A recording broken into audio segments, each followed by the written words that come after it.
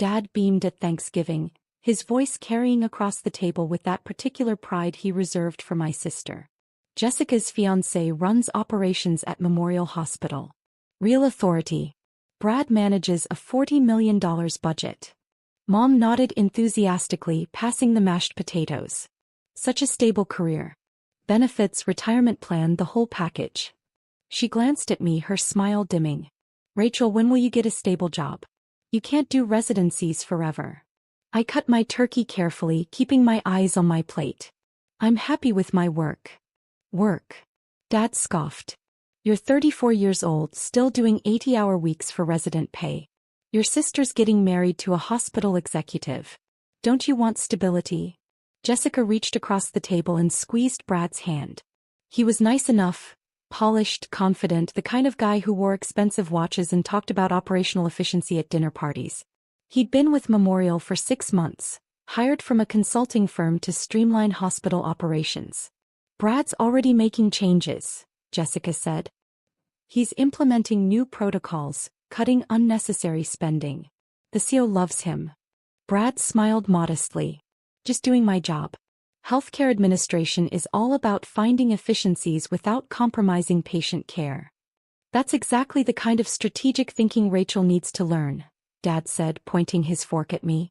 Instead of just doing medical stuff, you need to think bigger picture. I took a sip of water. I'll keep that in mind. I'm serious, Rachel. You're smart enough.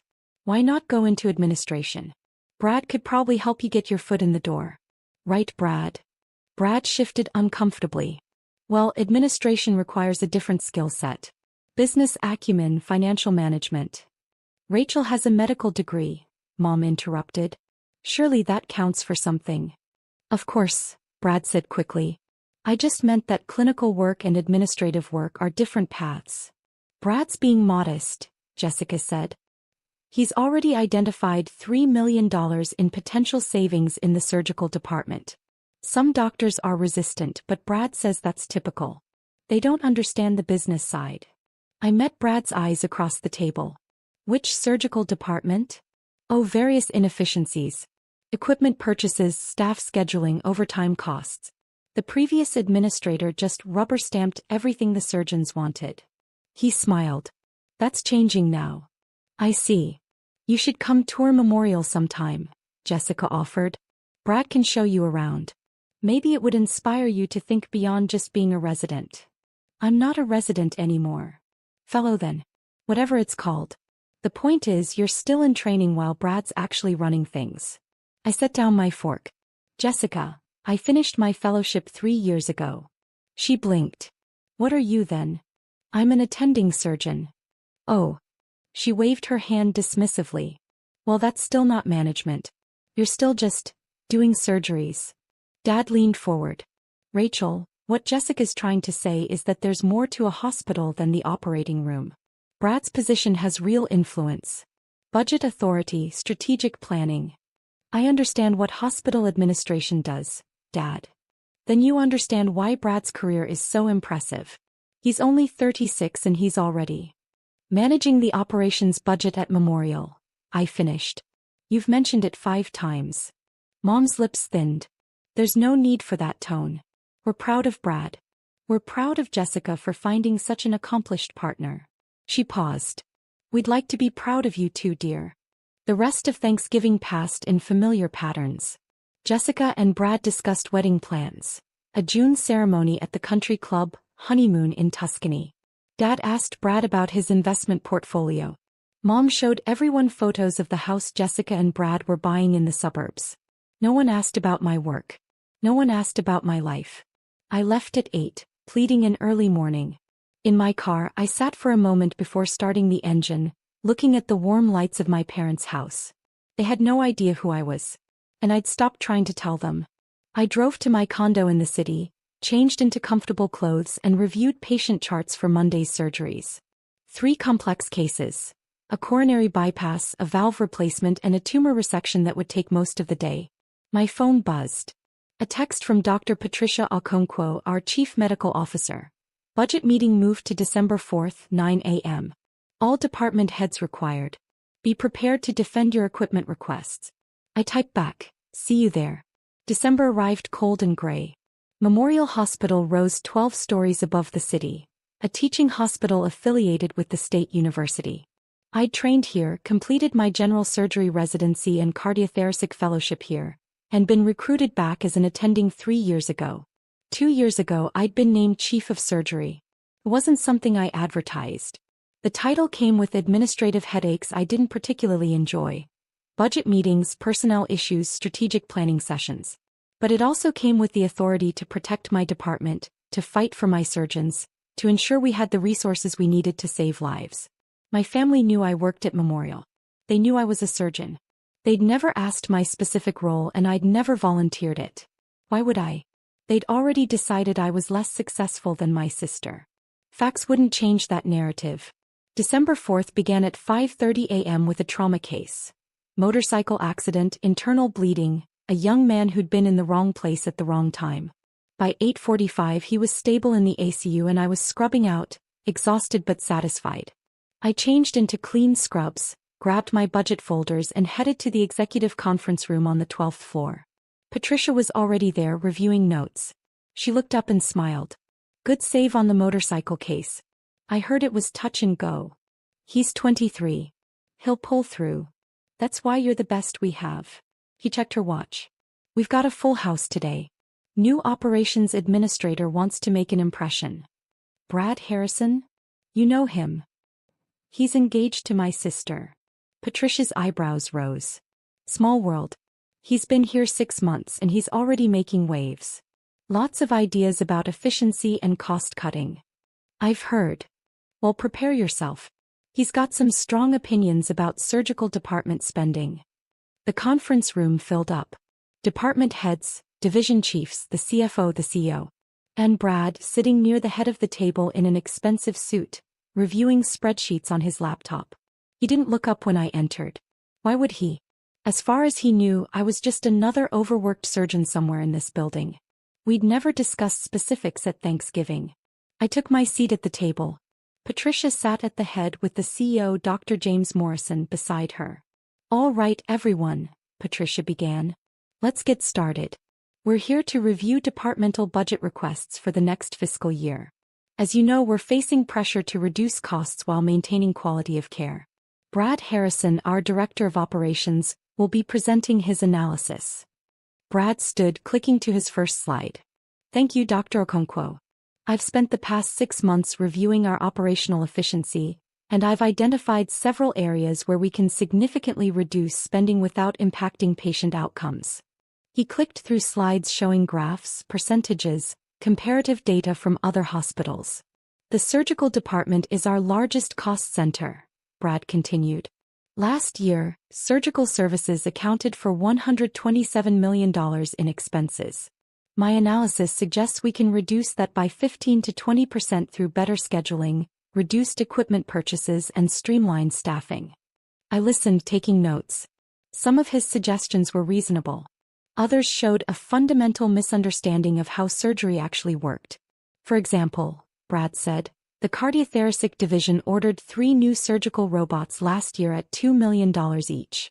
That's $6 million on equipment that sits unused 60% of the time. Dr. Marcus Webb, one of my senior cardiothoracic surgeons, bristled. "Those robots are essential for minimally invasive procedures, which represent only 40% of your surgical volume," Brad interrupted smoothly.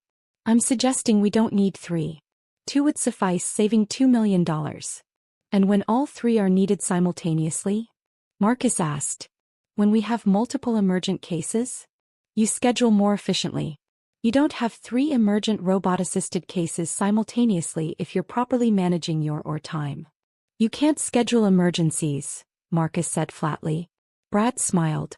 "You can schedule elective procedures to ensure capacity for emergencies. It's basic operational planning." I watched this exchange, saying nothing. Marcus glanced at me, clearly expecting support. I gave him a small shake of my head. "Not yet." Brad moved to his next slide. "Additionally, the surgical department has excessive overtime costs. Last year we paid $4.2 million in overtime to surgical staff.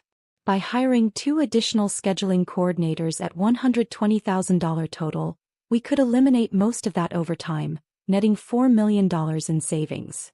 Dr. Sarah Chin, Chief of General Surgery, spoke up. The overtime exists because surgeries run long. Because complications arise. Because we can't just abandon a patient mid-procedure because we've hit our scheduled time. Of course not, Brad agreed. But better preoperative planning could reduce procedure times. Better coordination could prevent scheduling conflicts. These are solvable problems. Have you ever observed a surgery? Sarah asked. Brad paused. I've reviewed surgical records and timing data extensively. That's not what I asked.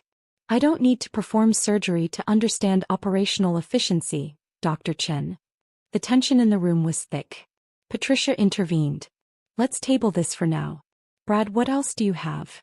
He clicked to another slide. Supply costs. The surgical department spends $18 million annually on supplies. Sutures, instruments, disposables. I've negotiated with alternate vendors who can provide equivalent products at 25% lower cost, saving $4.5 million. Equivalent how? I asked quietly. Brad looked at me for the first time. Really looked at me. I saw the moment of recognition. His face went still, his eyes widened slightly. I'm sorry, he said. You said equivalent products. Equivalent in what way?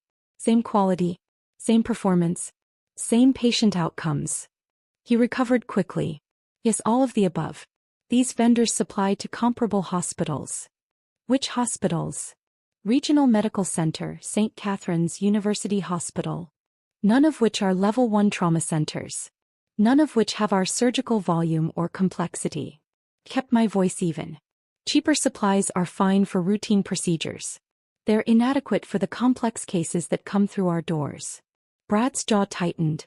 With respect, Dr. Rachel Chin. I watched him process this. Like Sarah Chin, but that was a different person. He didn't make the connection yet. With respect, Dr. Chin, I've done extensive research. These products meet all FDA requirements. So do a lot of products I wouldn't use on my patients. Meeting minimum requirements isn't the same as meeting our standards. Patricia stepped in again. Rachel raises a good point. Brad, can you provide data on patient outcomes at hospitals using these vendors? I can compile that, yes. Please do. Before we make any supply chain changes, we need outcome data. She glanced at her notes. What else? Brad moved through several more proposals. Reducing or staff, consolidating surgical specialties, cutting the budget for continuing medical education. With each suggestion, I saw my surgeons getting more agitated. Marcus looked like he wanted to throw something. Sarah was taking furious notes. The other department heads were equally frustrated. Finally, Brad reached his last slide. In summary, I'm recommending $23 million in cuts to the surgical department budget. This represents an 18% reduction while maintaining current surgical volumes and outcomes. Based on what evidence? I asked. Brad turned to me, and I could see irritation flickering beneath his professional composure. Based on 6 months of detailed analysis, Dr. Chin. Based on comparative data from peer institutions. Based on industry best practices. Based on spreadsheets, I said. Not on surgical realities. I understand that change is difficult. This isn't about change being difficult. It's about proposed changes being dangerous. The room went quiet. Dangerous. Brad repeated. That's a strong word. It's the accurate word. Cutting our surgical robots from 3 to 2 means longer wait times for minimally invasive procedures. That means patients spending more days in pain, more time off work, more risk of complications. Switching to cheaper supplies means higher infection risks, longer procedure times, worse outcomes. Eliminating or staff means surgeons working exhausted, which means mistakes. I met his eyes. You're not cutting costs. You're cutting quality and safety. Brad's face flushed. I've been hired to improve operational efficiency. Then improve it. But not at the expense of patient care. Dr. Chin, I appreciate your passion, but this is above your purview. These are institutional decisions. About my department. He blinked. Your department? Patricia cleared her throat. Brad, I don't think you've been formally introduced. Dr. Rachel Chin is our chief of surgery. The surgical department falls under her authority. I watched the color drain from Brad's face. Watched him glance at his spreadsheet, where my name was indeed listed at the top. Chief of Surgery, Department Head. I didn't realize. He looked at me, then at Patricia, then back at me. You're the department head. For the past 2 years. But you're so young. Yes, I've heard that before. I was appointed at 32, youngest chief in Memorial's history. I smiled slightly. It's in my bio on the hospital website. Did you review the organizational chart before today? His silence was answer enough. Brad, Patricia said gently, part of effective administration is understanding who you're working with. Rachel is not only our chief of surgery but also one of the most accomplished cardiothoracic surgeons in the region. She's published 73 papers, holds 4 patents on surgical techniques, and has a patient survival rate that's among the highest in the country. Brad looked like he wanted the floor to open up and swallow him. I apologize. I should have. I didn't. It's fine, I said, though it wasn't. Let's focus on the budget. Patricia, I have the surgical department's requests here. I'd like to walk through them. For the next hour I presented our budget needs. New equipment purchases justified with outcome data. Staffing requests, backed by surgical volume projections. Supply costs with detailed explanations of why we use specific vendors. Brad said nothing. He sat there, growing paler, occasionally checking his phone. Finally, Patricia called for a break. 15 minutes, everyone. Let's reconvene and start working toward compromise. The room emptied. Brad stood quickly, moving toward the door, but I intercepted him. Brad. A word. He stopped, turning slowly. Up close, I could see sweat on his forehead despite the cool conference room. I know this is awkward, I said quietly. Finding out I'm the department head you've been proposing to cut. Rachel, I had no idea. I know. That's part of the problem. You've spent 6 months analyzing the surgical department without ever talking to the person who runs it. I talked to other surgeons. Did you? Or did you pull data from spreadsheets and make assumptions? He ran a hand through his hair. Jessica never said you were a chief of surgery. Jessica doesn't know. How does she not know? Because she never asked. Neither did my parents. You all assumed I was still a trainee, still figuring things out. I stopped correcting you. But your job, it's a huge accomplishment. Why wouldn't you tell people? Why would I? So my dad could compare my salary to yours? So my mom could ask when I'm getting married instead of focusing on my career? So Jessica could feel threatened. I shook my head.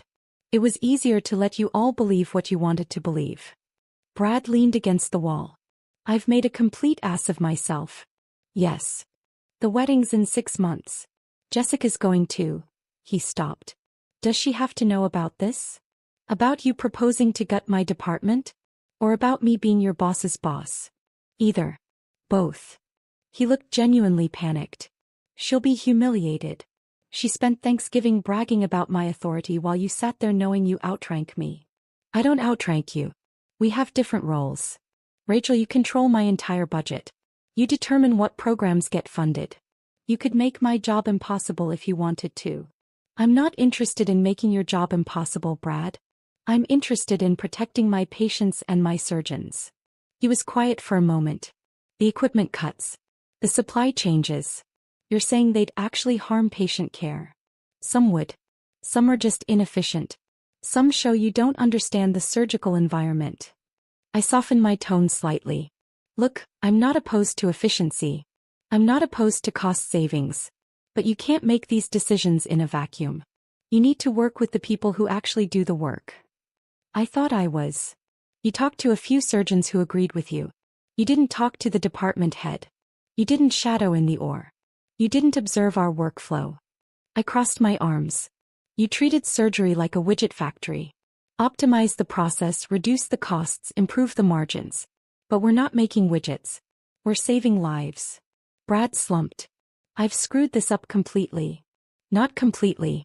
Some of your ideas have merit. The scheduling improvements, for instance. We probably can reduce some overtime with better coordination. And I'm willing to look at your vendor proposals if you can provide actual outcome data. Really? I'm not unreasonable, Brad. I just need you to work with me, not around me. He nodded slowly. Does this change? I mean, are you going to ruin your career? Get you fired? Tell Jessica? I shook my head. I'm going to do my job, which is protecting my department and my patients. What happens with you and Jessica is your business. But you have that power. Having power and using it are different things. The door opened. Patricia stuck her head in. You two ready to continue? Yes, I said. We're ready. The afternoon session was more productive. Brad proposed, I countered, we negotiated. He agreed to maintain all 3 surgical robots.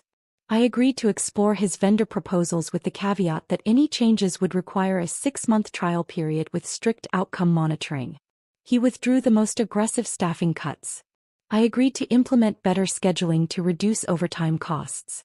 By 5 p.m., we'd reached a compromise. A 7% budget reduction instead of 18%, achieved mostly through efficiency improvements rather than cuts to equipment or staff. I can work with this, I told Patricia.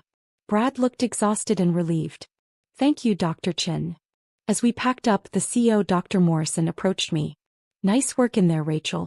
Brad's talented but overzealous. He needed someone to push back. Just protecting my territory, James. You do it well. That's why we promoted you. He glanced at Brad, who was gathering his materials. Is it true he's marrying your sister? Apparently. James chuckled.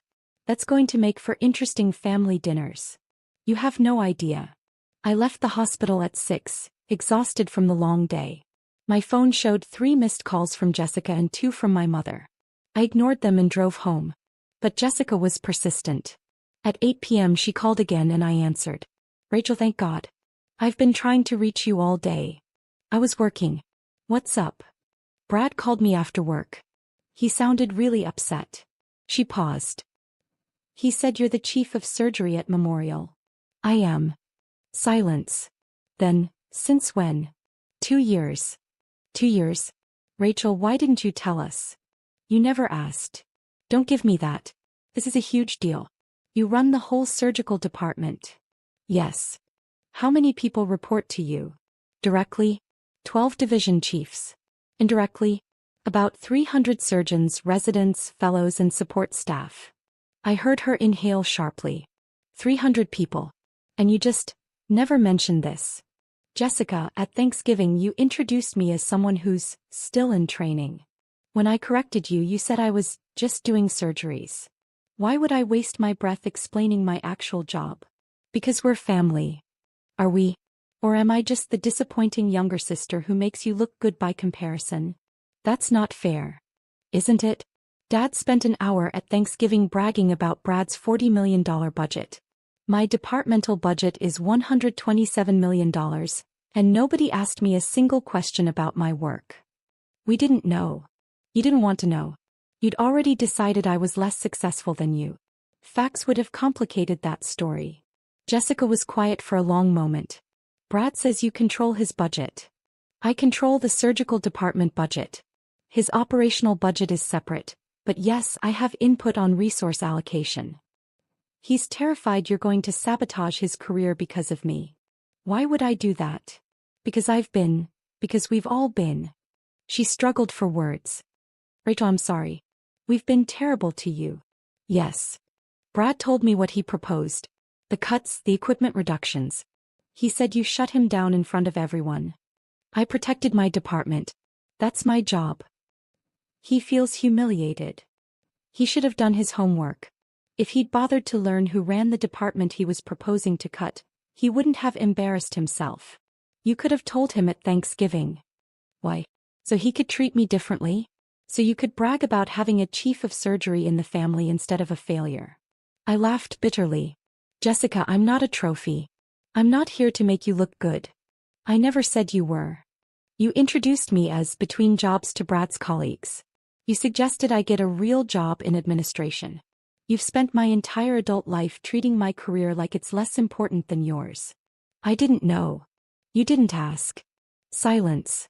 Then quietly, you're right. I didn't ask. None of yous did. She paused. Mom and Dad don't know yet.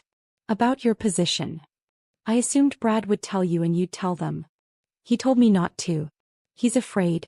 God, Rachel, he's afraid if Dad finds out he'll be humiliated too. That the whole family will realize they've been dismissing you while you're actually more successful than any of us. I'm not more successful.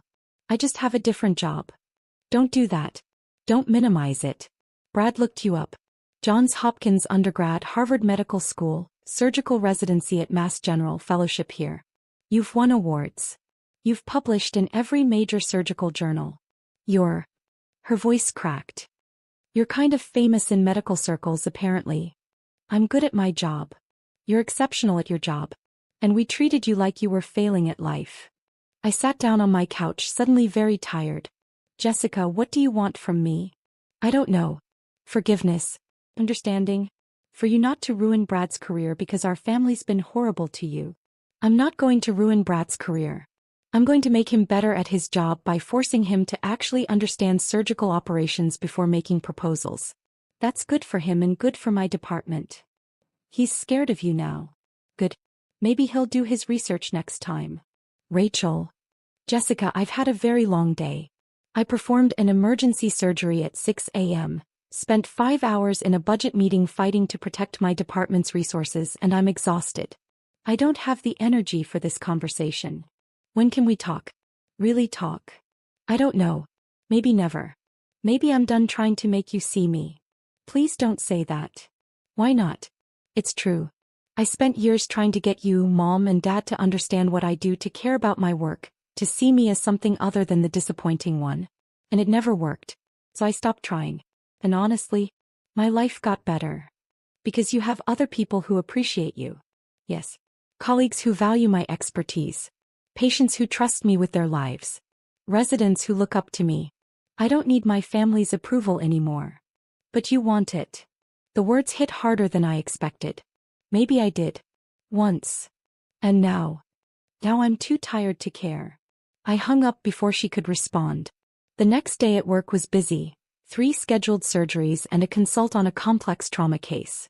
I didn't think about Brad or Jessica or the budget meeting until Patricia stopped by my office at 4 p.m. Brad submitted his revised proposal, she said, handing me a folder. It incorporates all your feedback. Very thorough. I flipped through it. He'd done his homework this time. Outcome data from the proposed vendors, detailed scheduling analyses, realistic timelines for implementation. This is good work, I admitted. He's terrified of you, you know. So I've heard. Patricia sat across from my desk. He came to my office this morning and asked if he should resign. What did you tell him? That he's good at his job when he remembers that hospitals aren't factories. That he made mistakes but he's learning from them.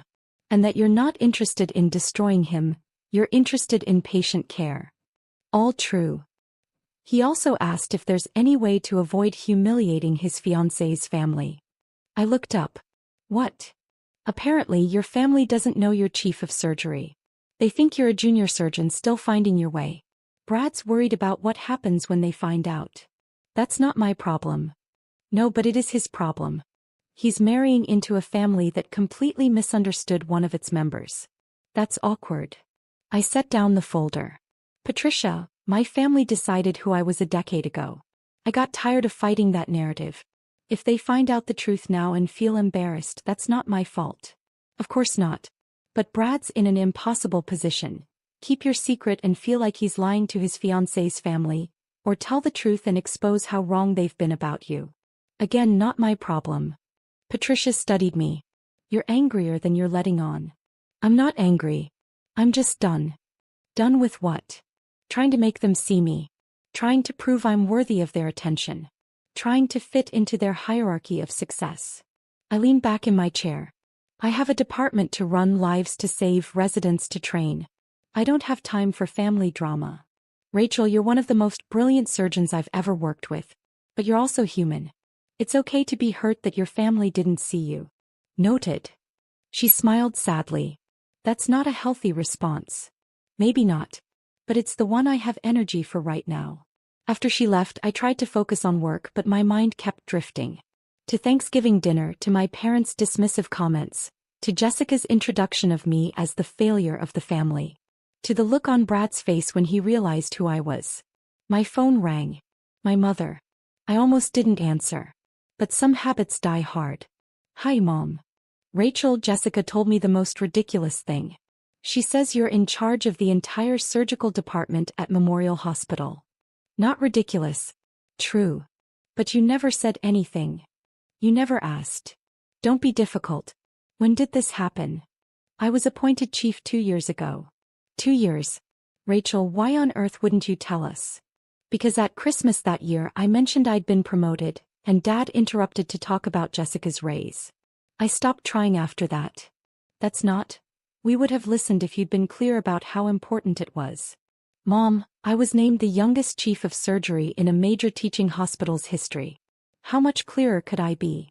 Silence. Your father is very upset. Why? Because he spent Thanksgiving bragging about Brad's management position while his daughter runs a larger department. That's not fair. Isn't it? Brad manages operations. I manage 300 people and a $127 million budget.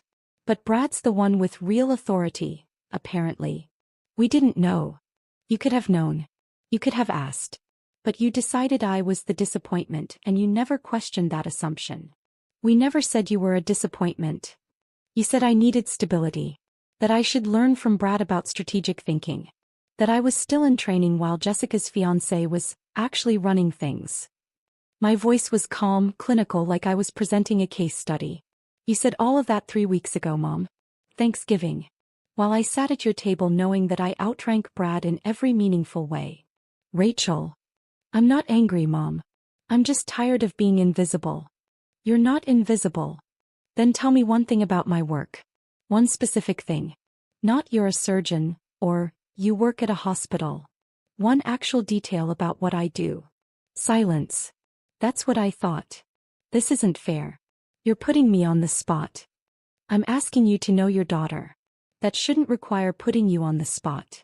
I heard my father's voice in the background. Mom muffled the phone, then came back. Your father wants to talk to you. I don't want to talk to Dad right now. Rachel, please.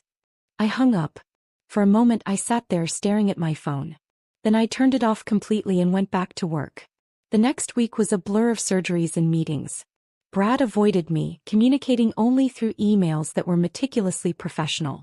Jessica texted twice asking to meet for coffee. I didn't respond. On December 11th, Patricia called me into her office. We need to talk about the gala. Memorial Hospital's annual fundraising gala was a major event. 500 guests, major donors, community leaders, board members. As chief of surgery, I was expected to attend and schmooze with potential donors. What about it? I asked. It's this Saturday. You're presenting the Surgical Excellence Award to Dr. Marcus Webb. I know. Your family RSVP'd. 4 tickets, your parents, Jessica and Brad. I closed my eyes. Of course they did. I'm assuming they don't know you're presenting? They don't know I attend these events, period. Rachel, this is going to be very public. You'll be on stage. Your bio will be in the program. There's no hiding who you are. I'm not trying to hide. I just haven't advertised. Well, you're about to advertise in front of 500 people, including your entire family. She paused. Are you prepared for that? I'm prepared to present an award to a deserving colleague. What my family does with that information is their problem. Saturday arrived cold and clear.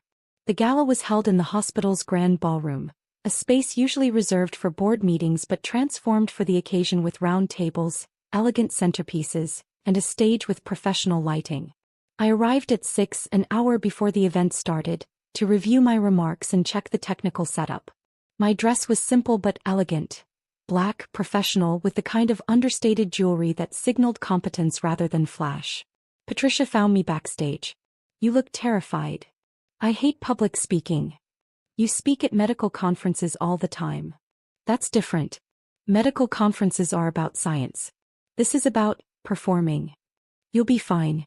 Just introduce Marcus, read his achievements, hand over the award. 5 minutes, tops. My family's out there. I know. They still don't know I'm presenting. Jessica texted yesterday asking if I'd be at the gala. I didn't respond. Patricia squeezed my shoulder. For what it's worth, I think they're about to be very proud. And very embarrassed. The ballroom filled up. I watched from backstage as guests found their tables, as waiters circulated with champagne, as the hospital CEO worked the room like the fundraising professional he was. Table 14. That's where my family sat. I could see them through the gap in the curtain.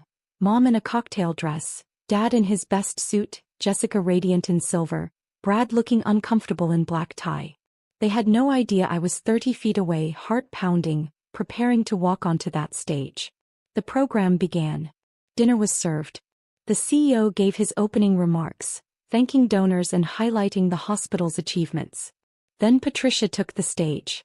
Every year, Memorial Hospital recognizes excellence in surgical care. This year's recipient has performed over 800 successful cardiac surgeries, published groundbreaking research in minimally invasive techniques, and trained 2 generations of residents. Please join me in welcoming our Chief of Surgery, Dr. Rachel Chin, to present this year's Surgical Excellence Award. I walked onto the stage. The spotlight was bright. The applause was loud. And at table 14 I watched my family's faces transform. Dad's mouth fell open. Mom's hand went to her chest. Jessica looked like she'd been struck. Brad just closed his eyes, probably praying for the ground to swallow him. I stepped to the podium, adjusted the microphone and began. Good evening. I'm Dr. Rachel Chin, Chief of Surgery here at Memorial Hospital. It's my privilege tonight to recognize a colleague who embodies everything we strive for in surgical excellence: technical skill, compassionate care, and dedication to teaching the next generation. My voice was steady, professional. I didn't look at table 14. Dr. Marcus Webb joined Memorial's cardiothoracic division 15 years ago. In that time, he's performed over 1,200 successful surgeries, developed 3 innovative surgical techniques that are now used worldwide, and mentored 47 residents and fellows. I went through Marcus's achievements, his research, his patient outcomes. I told the story of a particularly complex case he'd saved last year. A 72-year-old woman with multiple comorbidities who, by all conventional wisdom, shouldn't have survived. But Dr. Webb doesn't accept conventional wisdom. He saw a patient who deserved a chance and he gave her that chance. She walked her granddaughter down the aisle 3 months ago. The audience was rapt. This was what I loved about medicine. The stories, the lives saved, the moments of grace in the midst of crisis. Dr. Webb represents the best of what we do here. He makes us all better surgeons, better physicians, better people. It's my honor to present him with this year's Surgical Excellence Award. Marcus joined me on stage. We shook hands. I handed him the Crystal Award. He gave a short speech thanking his team, his family, the hospital. And then I walked off stage, my part done. Backstage, I leaned against the wall, adrenaline flooding my system. Patricia appeared.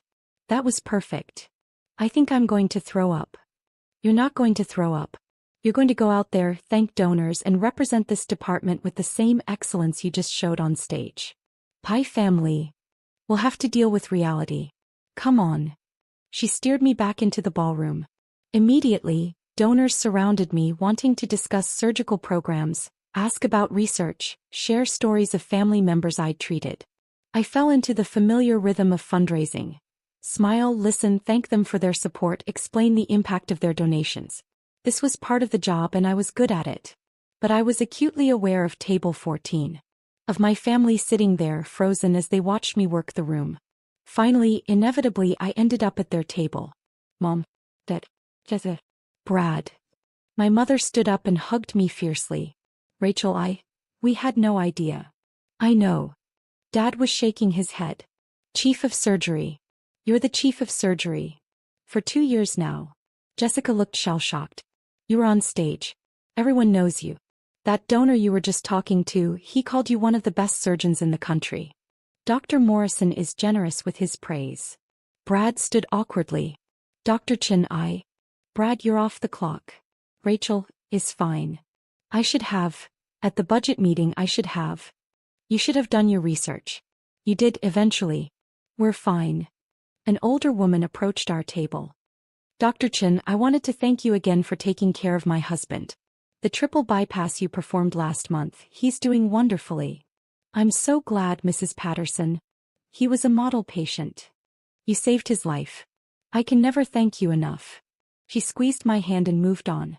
My mother was crying. Rachel, all these people, they all know you. I work here, Mom. These are donors, colleagues, patients' families. But you're important. Really important. I'm a surgeon. I do my job. Dad finally found his voice. The program says you have 73 publications. Is that true? 75 now. 2 more came out this month. And you're only 34. Yes. Jessica's voice was small. Why didn't you tell us? I looked at my sister, really looked at her. She wasn't angry or defensive. She looked lost. Would you have heard me if I'd tried? I don't know, she said honestly. Probably not. Then there's your answer. The gala wound down. My family stayed at their table watching me navigate the room, clearly seeing me in an entirely new light. As the event ended, Jessica approached me. Can we talk? Somewhere private. I led her to a quiet hallway outside the ballroom. For a moment we just stood there. I've been a terrible sister, she said finally. Yes. I spent so long being the successful one, the accomplished one. I needed you to be less than me. And when you tried to tell me otherwise, I didn't want to hear it. I noticed. Brad told me everything. About the budget meeting, about your department, about how I've been treating you. Tears streamed down her face. Rachel, I'm so sorry. For what, specifically? For dismissing you. For introducing you as a failure. For never asking about your work. For making everything a competition where you had to lose so I could win. I leaned against the wall. Jessica, I'm not angry. I'm just tired. Of me. Of trying to make you see me. Of defending my choices to people who should already respect them. Of being invisible in my own family. You're not invisible anymore. No. But I shouldn't have had to be on stage in front of 500 people for you to see me. You should have seen me at Thanksgiving when I tried to tell you I'm not a resident. You should have seen me at Christmas 2 years ago when I mentioned my promotion. You should have seen me every time you called me a disappointment and I didn't argue back. She nodded, crying harder now. What can I do? How do I fix this? I don't know if you can. Trust takes time to build and you spent years breaking mine. I want to try. Please, Rachel. Let me try. I looked at my sister, really looked at her for the first time in years. Saw her not as the golden child or the competition, but as a person struggling with her own insecurities. Okay, I said quietly. We can try. But Jessica, this has to be real. No performances. No competitions. No dismissals. I promise. And you have to actually want to know me. Not because I'm chief of surgery or because I'm impressive to your friends. Because I'm your sister. I do want to know you. The real you. We hugged then, really hugged, and something in my chest loosened slightly. Mom and Dad found us in the hallway. Rachel, Dad said, and his voice was thick with emotion. I owe you an apology. A big one. Several, actually. He laughed, but it was shaky. I've spent years telling you to be more like Jessica. To get a stable job. To think strategically. And you were already doing all of that. You were doing it better than any of us. I tried to tell you. We didn't listen. We were so invested in our narrative, successful older daughter, struggling younger daughter, that we couldn't see the truth even when you showed it to us. Mom stepped forward. Can you forgive us? Can you give us a chance to actually be your parents instead of your critics? I thought about it. About the years of dismissal. About Thanksgiving dinner. About every time I tried to share my achievements and been talked over. But I also thought about the exhaustion of carrying resentment.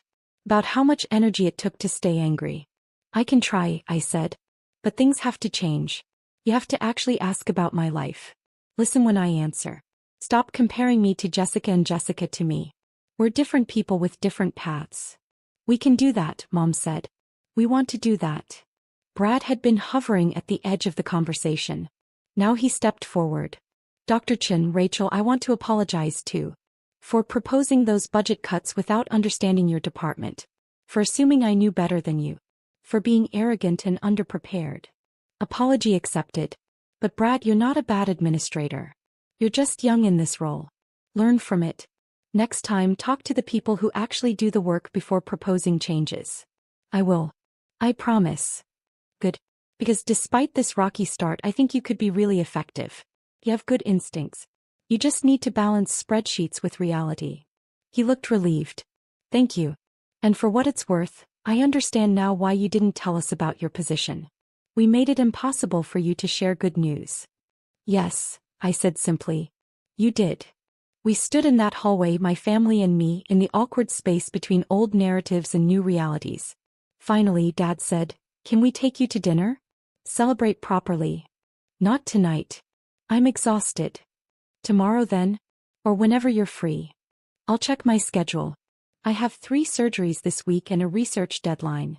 Mom smiled, and it was genuine. "Of course you do. You're chief of surgery. Among other things." We said goodbye in the parking lot. As I drove home, I felt lighter than I had in years. They saw me now. Finally, they saw me. The question was whether they could sustain that vision, or whether we'd slip back into old patterns. Time would tell. But for tonight, it was enough to be seen. 3 months later, I sat in a coffee shop with Jessica, reviewing wedding plans. She'd asked my opinion on flowers, on seating arrangements, on whether to invite certain relatives. "I want you to be my maid of honor," she said suddenly. I looked up from the seating chart. "Really? I know I haven't been the sister you deserved. But I want to start over. If you'll let me." "I'd be honored." She smiled, and it reached her eyes. "Thank you. And Rachel, I'm proud of you. Not because you're chief of surgery, but because you're you. Because you kept building your career even when we didn't see it. Because you're brilliant and compassionate, and you save lives every day." "Thank you. I mean it. I've been reading your research. I don't understand most of it, but I'm trying to. Because I want to know what you do. Really know it." "That means a lot." We talked for 2 more hours. About work, about life, about our childhood, and the ways we'd both been shaped by our parents' expectations. It wasn't perfect. We still had years of patterns to unlearn. But it was real. And that was enough. That evening, I operated on a 67-year-old man with aortic stenosis. Complex case, high risk for hours in the OR. He survived. Stable vitals, good outcomes, excellent prognosis. As I scrubbed out, I thought about all the parts of my life. The surgeries, the research, the leadership, the family slowly learning to see me. None of it was simple. None of it was easy. But all of it was mine. And that was enough.